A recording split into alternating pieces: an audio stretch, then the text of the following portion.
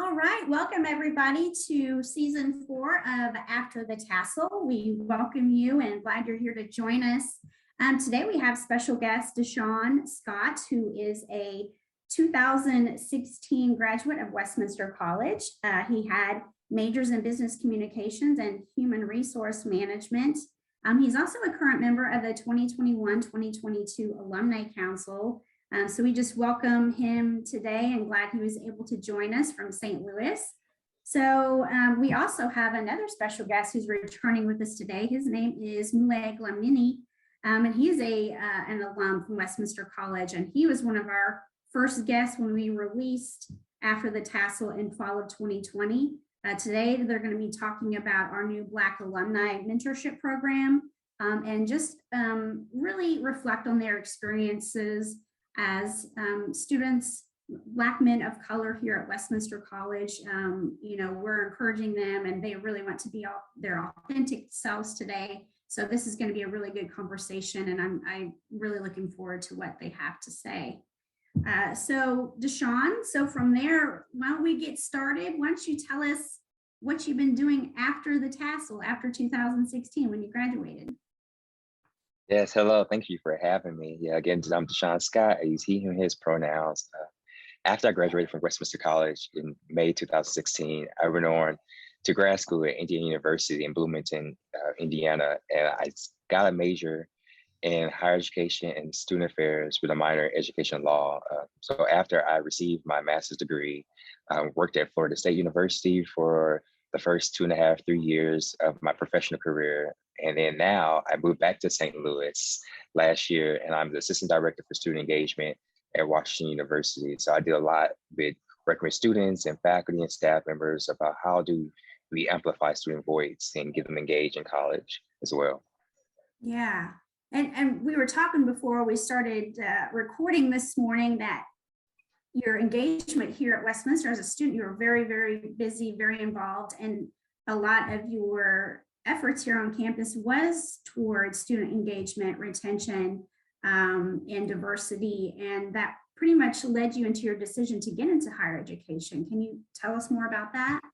Yes, from the very moment I stepped foot day one at Westminster College, one of the first organizations that I got involved with was SGA, Student Government Association. So I was one of the freshman class senators. So during that first semester, I also got involved in Student Foundation, which gives like tours and talk to students, prospective students about Westminster College and selling them the college experience to themselves as well as their families and talk about the benefits of it as well.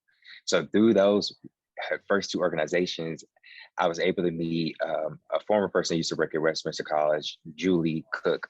So Julie Cook was the director for student activities, and she kind of got me plugged into a lot more with campus activities board and being involved on campus. There's a lot of late nights. So Julie was there for a lot of our events in the evenings, and I had an opportunity just to talk about like, what does she does? How can I do what she's doing in the future? And she's like, well, I went to graduate school and a major in higher education and student affairs. And the main question is, what exactly is that? Because that's not a undergraduate major.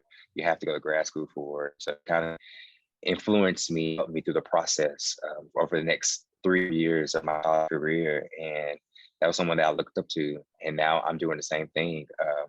Like I said, I wanted to, me working at college, I didn't see a lot of people with similar characteristics in the staff and faculty. So now I'm on the opportunity to be served that to other students.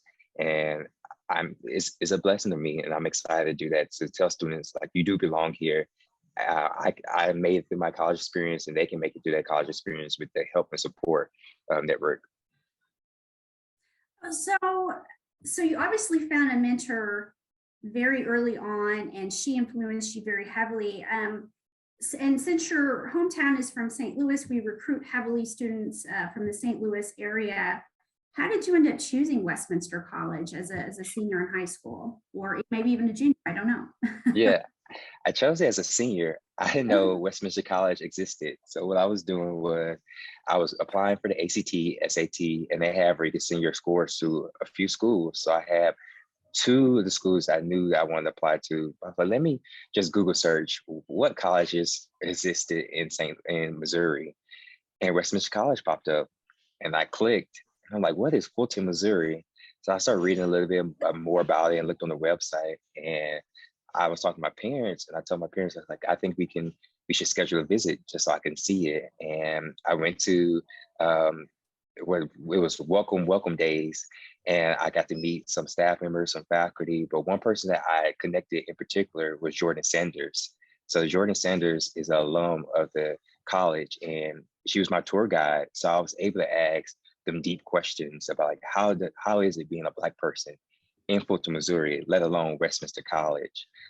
And she was being real and authentic, like saying just like everything else, all colleges have their problems and issues, but the benefits of being at a small college, you're able to make a name for yourself. And that's something I always strive for. I always figure out what stereotypes and stigmas and barriers can I break down?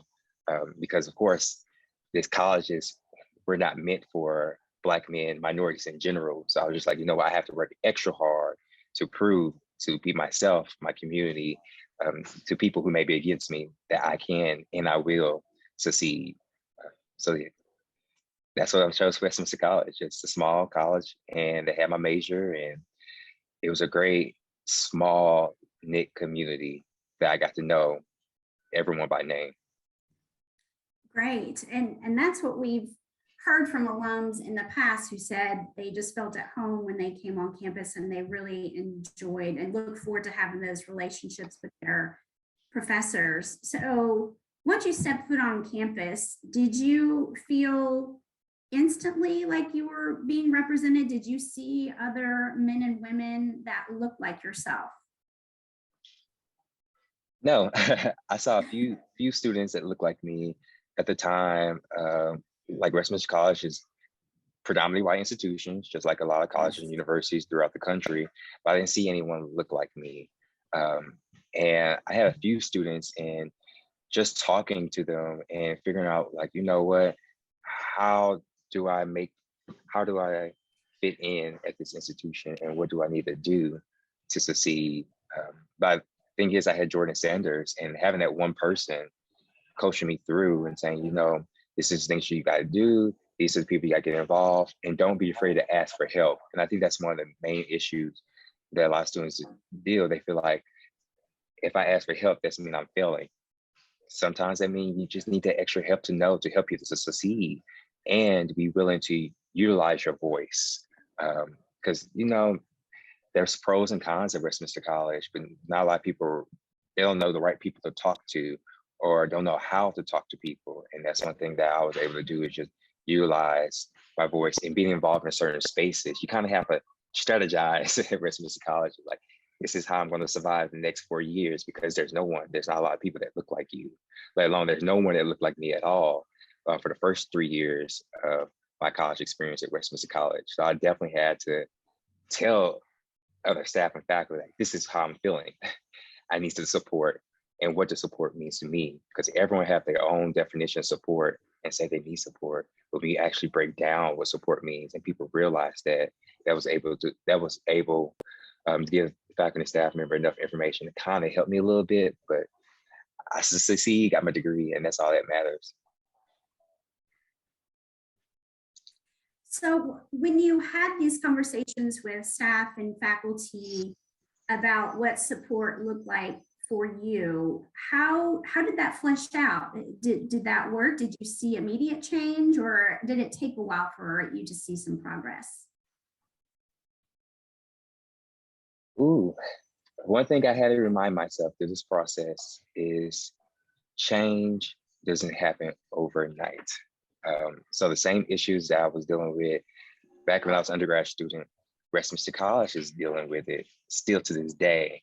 It's a very needle, it moves very slow. And myself as well, a lot of people have just been pushing the college to do it. And one thing I keep telling people is Westminster College is not the only college that's dealing with diversity and inclusion, representation issues. It's happening all throughout the country. But talking to it, it was nice just to have my voice being heard. And I guess that was just a step for me, just so people know what I was dealing with. We try to dig deep into it, bring different diversity and inclusion speakers onto campus. So that was a step that I saw as well. But you started to see a lot during my junior and senior year because we were so close to another institution that was dealing with a lot more things with diversity and inclusion. You start seeing the college, you're like, oh, we really need to try to figure out what can we do to support minority students, international students on within our campus. Today, I still see Westminster College struggling with that, but I'm hopeful. My main thing is like I'm continuing to use my voice and the privilege that I have on Alumni Council to push the needle and challenge Westminster, saying, I know we can do better. We cannot ignore these issues.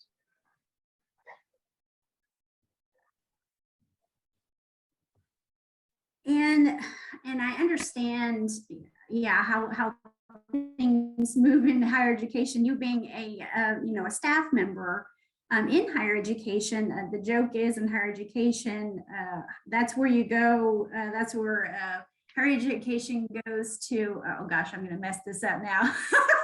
That's where glaciers go to vacation is in higher education, is because it does move slow because you have so many levels of administrative tape. There are a lot of people who have to help you make decisions, and it goes through several different layers of just layers. That is all I can really say there. But so I'm glad to hear that you had that support and you felt listened to. Now, tell me more about your peer experience, because you were telling your faculty and staff how you needed that support.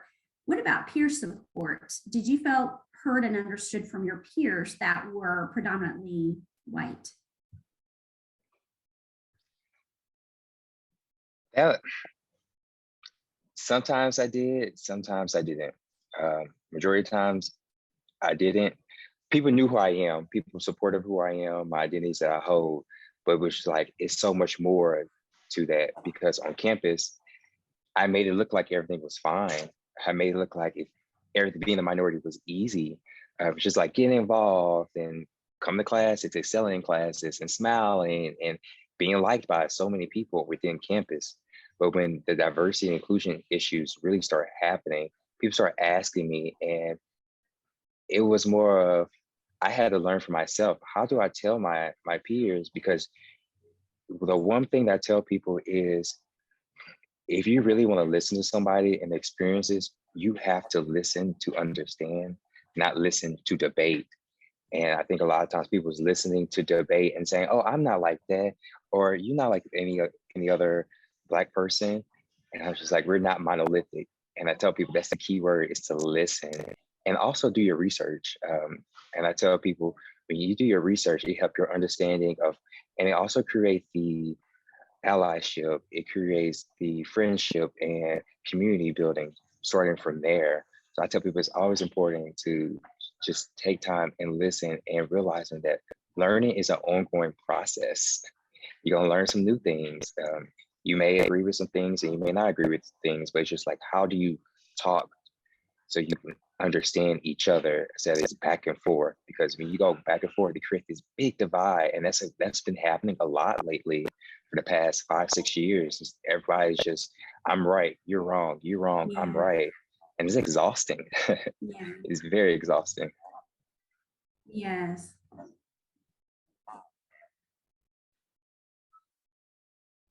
So when we meet with our freshman students, there's a class here on campus called LST, the Leader Within, and you might be familiar with that. And we took a pulse of students here a few years back, and I think this is a topic we talk about each year in LST, each fall. But some of our students come from larger urban areas, and they have diverse high schools. But then they come to Westminster and they see that Westminster is not as diverse as their high school is. What advice would you give to students of color, or to even white students who just don't know how to advocate for their fellow Black students, or for students of color who may feel out of place? What advice would you give? The first thing I want to say is just congratulations for even being accepted into Westminster College if you're a student of color or minority, because we know for centuries, like college and university was not originally built for us. So I want to say congratulations, you made it. It's a step. But thankfully, to well-known minorities before us who broke barriers, it allows us to be here. And there's still so much work that we need to be done. Like feeling out of place at a PWI like Westminster College is common, sadly. And I want to let them know that they're not alone. I would encourage them to be involved and lend your voice and talk to faculty, staff, and students about how are you feeling and what can they do to support you about the causes that matter to you and our society. And I tell people, I want to tell them, if you all want change at Westminster College, I want you all to know that change, like I mentioned earlier, does not happen overnight. It takes time. But even though change takes time, make sure you're holding the Westminster College community accountable. Do not be afraid to ask for help. That's the most important thing. You need the help, you need the support. People don't know what you're going through unless you talk to them. So find people with common characteristics or create your own support group if there are any there. There may be times where you might have imposter syndrome and questioning if you belong. And if you're questioning if you belong here, I want to let you all know that you do belong here at Westminster College and you are enough. Never let anyone make you feel unworthy, and be your authentic self, even when you feel the need to code switch at times. And that's a whole other topic too. But I'll say congratulations. And I'm here as well as other people here to support you to the best of our ability. Now to students who are trying to understand a person of color perspective, I just want to tell them is allow yourself to be challenged and learn from people who have different characteristics than you. Like I mentioned earlier, listen. That's the main thing, is just listen and take your time and be patient with yourself. You may realize, oh shoot, something that I grew up learning, that's wrong. And it's fine to realize that and hold yourself accountable for it and realizing what you're going to do to change that. I think a lot of times when people listen to minorities, students of color, they start to cry. And I was just like, you can cry all day long, but you have to think about what's the goal? How are you going to change? How are you going to be an advocate for other minorities and use your privilege? Because there are not a lot of privileges that we have. We still have to work hard to get to certain levels to be considered equal. And we all have different life experiences and perspectives as well. And I say, make sure you be willing to do your research. Don't just go up to a minority and say, I want to know everything about yourself and your life perspective. Can you tell me that now? That's not how that works. We're not monolithic. Everyone's is different. Yeah. We come from different backgrounds, different parts of the country, different parts of the world. But I want to tell people, is like, be mindful that not every minority will be willing to talk about themselves and their life experience with you. They have to gain your trust. And trust is an ongoing process, and you have to be genuine. Don't wait till a diversity inclusion issue happens on campus for you to reach out to them. Establish those genuine relationships ahead of time and be proactive instead of reactive. I love that. I love that so much. And it's so hard because if you grew up in a rural environment, such as myself and such as a lot of our students here at Westminster, and you come to a college campus and it might be the first time you have class with an international student or a Hispanic student or a student of color or a student who's LGBTQ. So you're exposed all of a sudden and you don't know what questions to ask. You don't know what's polite, what's impolite. So I think sometimes even that fear keeps people from forging those relationships because they don't want to offend and they want to be authentic, but there's just some sort of barrier that's preventing maybe an authentic relationship. So I think it's crucial that we have these events on campus and we're introducing students to each other and having these open conversations and open dialogue. And I know Lark Tyler here on campus, our diversity fellow, has done a tremendous job of having a lot of these events on campus and bringing students together. So I think she's done some remarkable work here. So moving on to advocacy and advocating for yourself at school, you as a young professional now, how do you advocate for yourself at work? And what kind of advice can you give to our students listening, how to advocate for yourself in higher ed or even just in their career in general? I think one of the first piece of advice that have helped me out was communication and learning not to be afraid to speak up for myself. Just make sure you establish a relationship with your supervisor from day one, saying this is what support means for me, and go into details what support means to you as well. Another thing is not being afraid to ask for help. I know a lot of us, we take pride in the work that we do and we like to do things on our own, but don't be afraid to ask for help when it's needed. Because I think sometimes we may feel like we're being a bother or annoying other people when we keep asking for help, but we don't know that what we don't know. And ask for help will prevent mistakes and problems within the workplace as well. Another thing that I advocate for that I feel like is a big part in order for me to advocate for myself at work is forming genuine relationships with colleagues. So this has opened doors for collaborations, upward mobility, and give me a sense of community. And it makes sure people know who I am whenever I walk in the workplace. People know who I am through email. They put a face with the name. Just like Westminster College is a small institution, everybody knows your name. That's how it is for me at the workplace. And being collaborative with other people too. And being collaborative with other people, you learn from each other and you learn new things and you share new things with other people as well. So that's how all these things have helped me to advocate for myself at work, because especially at forming genuine relationships with colleagues, when things like this going on, they're able to back me up and advocate on my behalf when they feel like, oh, DaShaun can't do this alone. We have to step in. But it's a genuine people, colleagues, that's like, okay, we got your back. And that's been helpful for me. So it's not just myself. I can't do this alone. It's just the support system that I have at work that's able to give me the strength and the guidance every single day.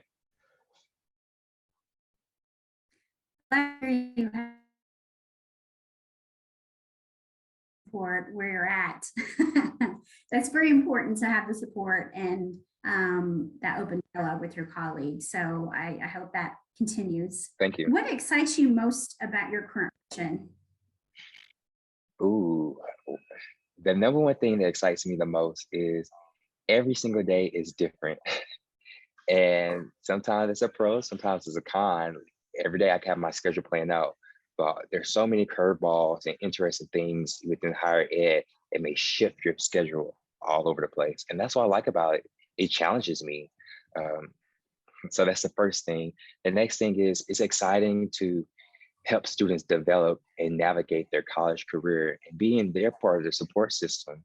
There may be times where students may just drop in and I may ask them, how are they doing? And since I already formed a relationship, they may be talking about things that they be going on outside of just being a student. I think that's something that people forget.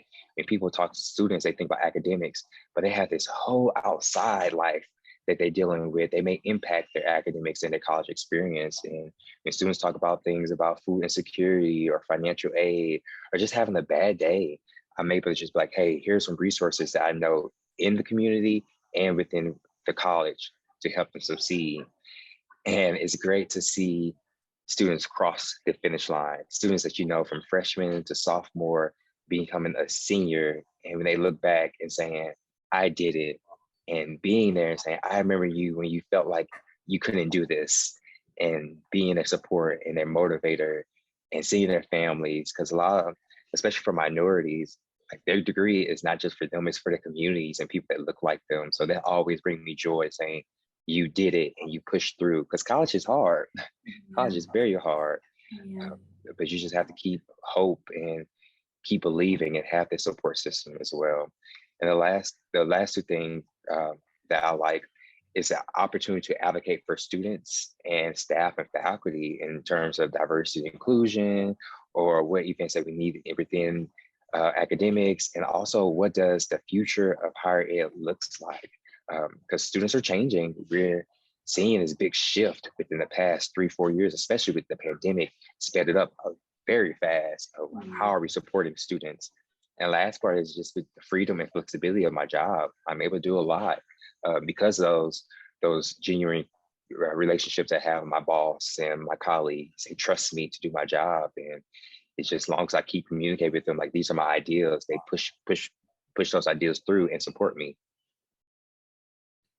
Well, from one higher education professional to another, how can someone who works in career services, how can we help students of color with their careers? Is there any specific advice you would love to give me or to any minority population here at Westminster? I think one of the things is thinking about how are you all being, you may be doing this now, but how are you being present and active in those spaces, and talking about the benefits of being a minority within the workplace. Because I think just being there at Westminster College or at any PWI, you may feel like, oh my goodness, if I'm feeling this like this now, what does a workplace look like in the future? So I think that's the one thing, is just highlighting the perks of it and the benefits and the assets of having minorities within the workplace. And you can just share that not just to minority students, colors, but to everyone, because in the next 15, 25 years, the world's about to be even more diverse than we are today. Just how basic studies people have just been studying about. Another thing is bringing different people to talk to students so they see themselves represented. Bring an alum or someone who's a minority in a role, they can look up and be like, dang, they can do it, and being that role model for them. So I think that's one of the big perks for career services. And sometimes you may have to help them through this process because they may be the first generation student, or the first person to apply for a job, and they may feel all alone. They may need help on resume, they may need help with a cover letter, or how do they find a job? And that's one thing that we got to be mindful of, just being patient. And I know we're all busy, everybody busy, but how you have to take the extra patience with student of color, minority, with the job search process and finding careers, because sometimes it's just a different process that they're not used to, because they may have parents that just work to work for a paycheck, and that's sad, but people have to do what they have to do.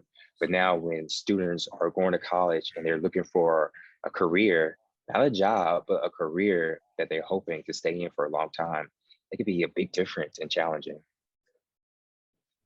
Thank you. Thank you very You're much. welcome.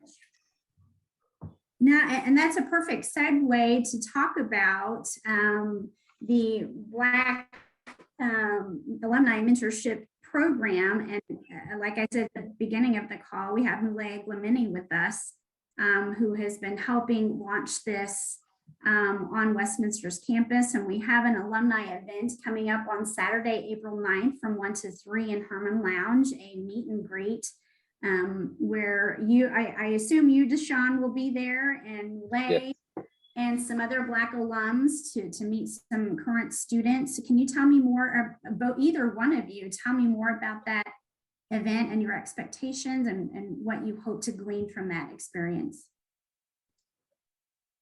I'll let Mulay take this on because I have to give credit where credit due. Mulay has been the driving force as well as Lark, but Mulay for the past 2-3 years been the driving force to this initiative. So just finally seeing it come into existence, I want to give a shout out to Mulay because it's something he's really been working on. And that's another person that I'm like, okay, outside of the alumni council, that he's doing it and trying to make it work. So Mulay.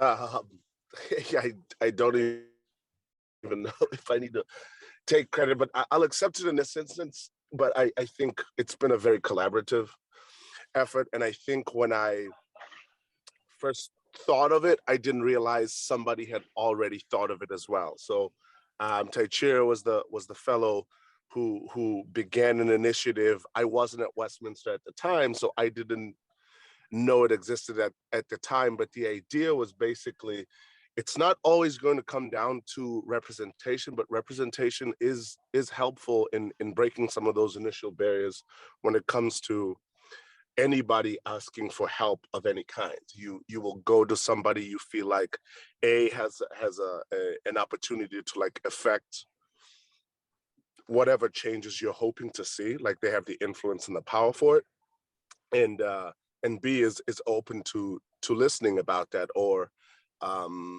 has had an experience that is similar to yours. And so in creating this, we just wanted to have a platform of voices who have gone through Westminster, found some type of success that they can attribute to their experiences at Westminster, because it has been a place that has afforded us, a range of opportunities, but specifically creating a solution for existing students, because we understand things, do move slow in higher ed, and any plans that you have need to be strategic in order for them to be long-term and sustained. But we realize that there are students now who may never benefit from those because of a timing issue. And so in creating this, we just wanted to have an opportunity for students of color at Westminster to have access to people who have a lived experience of what they're currently going through, and create something that is for them and that they can dictate the nature of. I always say we will be available in the ways and for as long as the students feel like they need us, while we recognize that, an institution that wasn't necessarily by design meant for us has opened its doors to us, and so we need to take advantage of some of those opportunities. So it has taken many iterations. It started off as one thing, and we were trying to create another.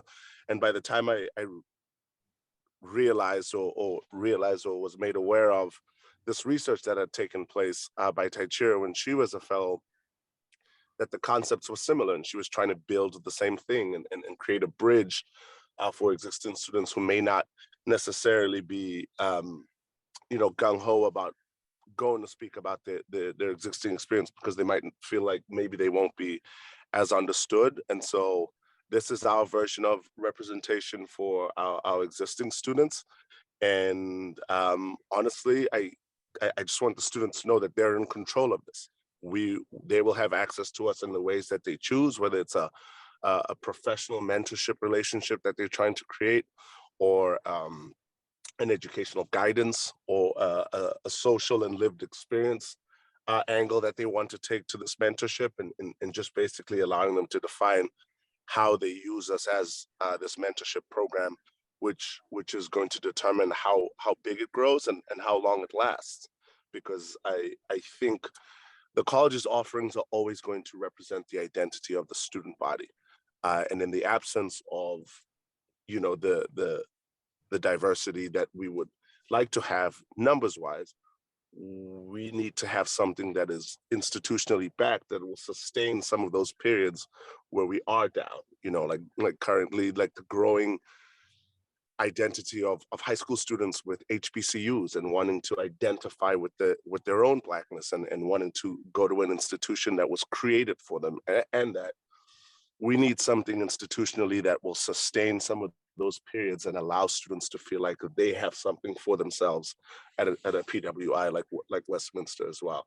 So we're just creating this platform. It's basically a use as you choose type of system where, students put their hand up and say, hey, I'd be interested in connecting with an alum in this space, career-wise, or who was in this space academically, or who was in this space when they went through Westminster, in terms of what they chose to get involved in, how they navigated that experience. Because I was listening to DaShaun earlier, and it sounded really like somebody who was navigating a college experience in a way that maybe some other people don't have to, which in ways is something that I felt, but didn't really ever talk about it, primarily because I just didn't see as many people I could go to that weren't my peers.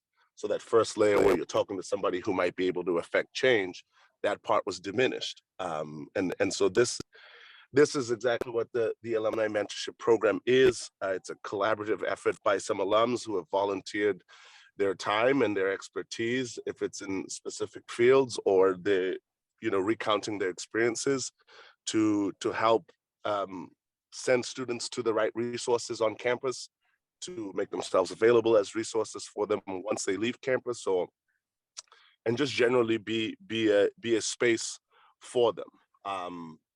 And finally, I always like to talk about the Remley Women's Center, Women of Westminster, because that was born kind of out of the same concept, an institution that wasn't built or designed for women began to accept women, but they still needed a place where they can, go for resources, but also where they can be celebrated and supported in ways that maybe the institution by design would have never been able to do so. And they've done such great work. And I talk to Callie from time to time when I bring this up, and she's like, thanks, but I feel like there's still so much work for us to do, to support women in an institution that wasn't designed for them.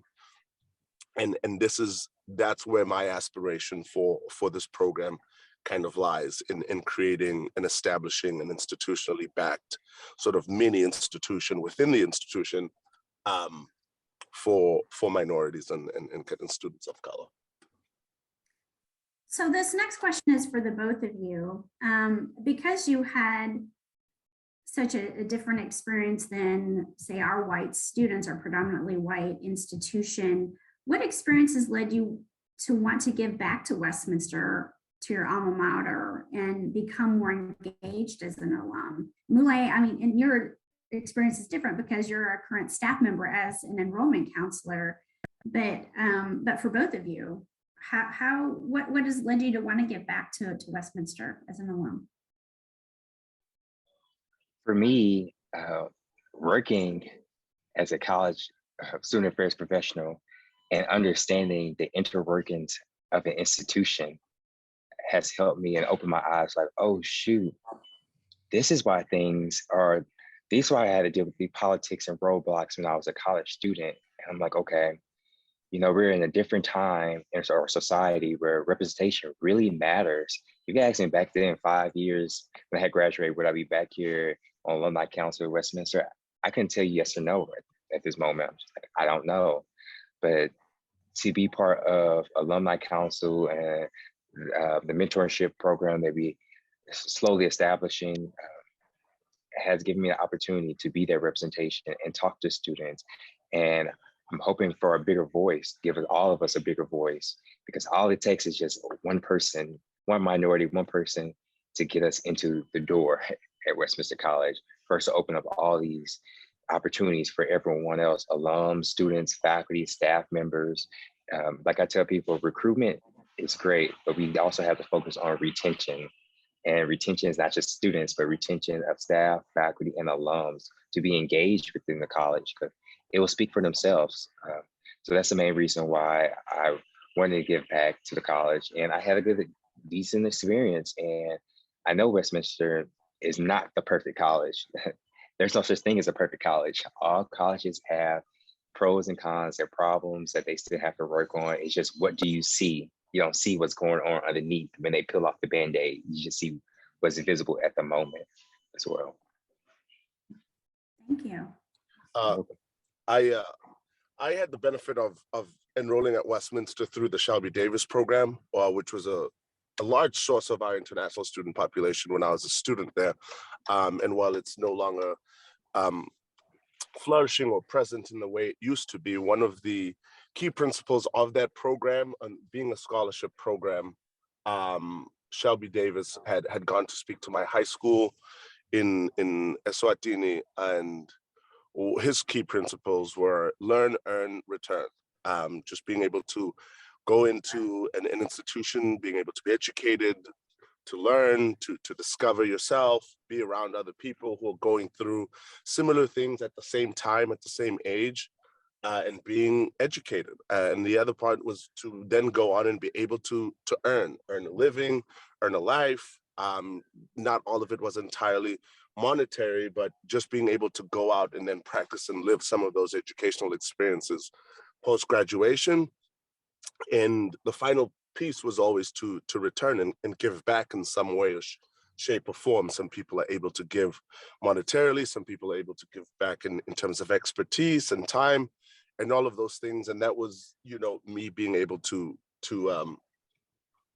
do that piece in the best way that I can currently, and recognizing, especially in the last 2.5 years, right at the beginning of the pandemic, kind of triggered a lot of these activities that we've kind of embarked on as a alumni council. But that was the piece I was trying to complete in that cycle, is being able to return and give back to a place that, you know, just like any other institution, despite its struggles, did so much for what I've been able to do, you know, personally in terms of growth after graduation, professionally, and hiring me back and trusting me to try and entice and enroll students at Westminster who can find success and be successful there. And that's basically it.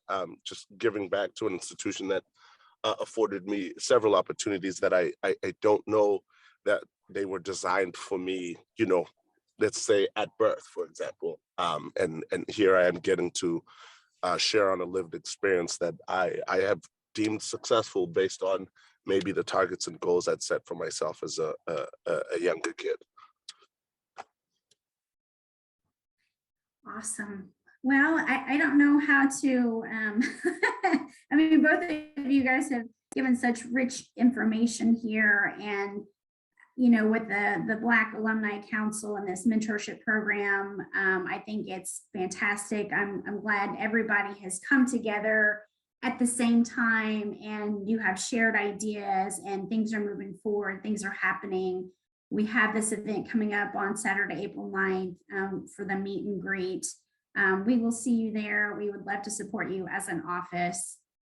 So thank you both for being on the podcast today. Thank you for your time and for your thoughts and sharing both of your experiences here at Westminster College. And of course, we'd love to have you back at any time you want to talk, anytime you want to come back on campus, DaShaun, and give a presentation to our students. We'd love to have you. And we just wish you well in your career there. And again, thank you for joining us today.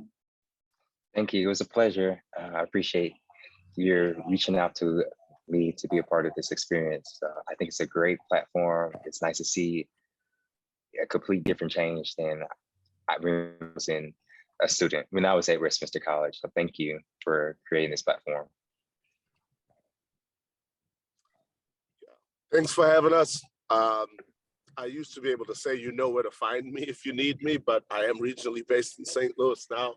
But I feel like I come to campus often enough. And you know, in the fall, I've been teaching LST now for a couple of years. So there's at least that in terms of presence on campus. But yeah, I'm always happy to collaborate and serve our students in the best way we can. It's typical in a small college for people to wear multiple hats. Yeah. And this is just another case of that. So happy to do it, and fulfilling on not necessarily promises we make to students on the enrollment side, but things we talk about Westminster can do for them, and seeing some of those through in a multitude of ways, and this is one of them. So thanks for having us.